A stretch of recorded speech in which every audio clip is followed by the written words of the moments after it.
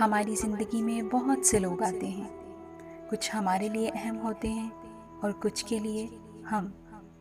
زندگی کا توازن اس وقت بگڑتا ہے جب ہم شدید جذبات کی زد میں آ جاتے ہیں۔ مطلب یہ کہ محبت ہو یا دوستی یا کوئی بھی عقیدت، جب ہمارے جذبات شدت اختیار کر جاتے ہیں تو خطرناک بن جاتے ہیں۔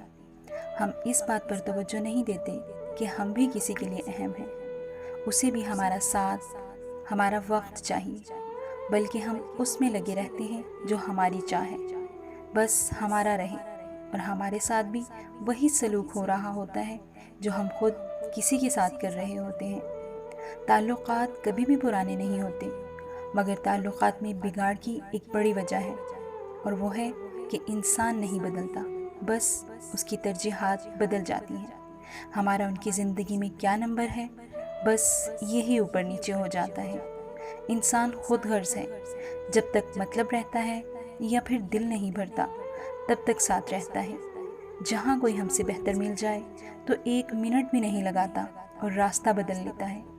محبت، دوستی یا کسی بھی جذبے کو ترجیحات کا محتاج نہیں ہونا چاہیے، کیونکہ بعض اوقات اس چھوٹے سے عمل کی وجہ سے کسی کی لاکھوں کی زندگی جہنم بن کر رہ جاتی ہے۔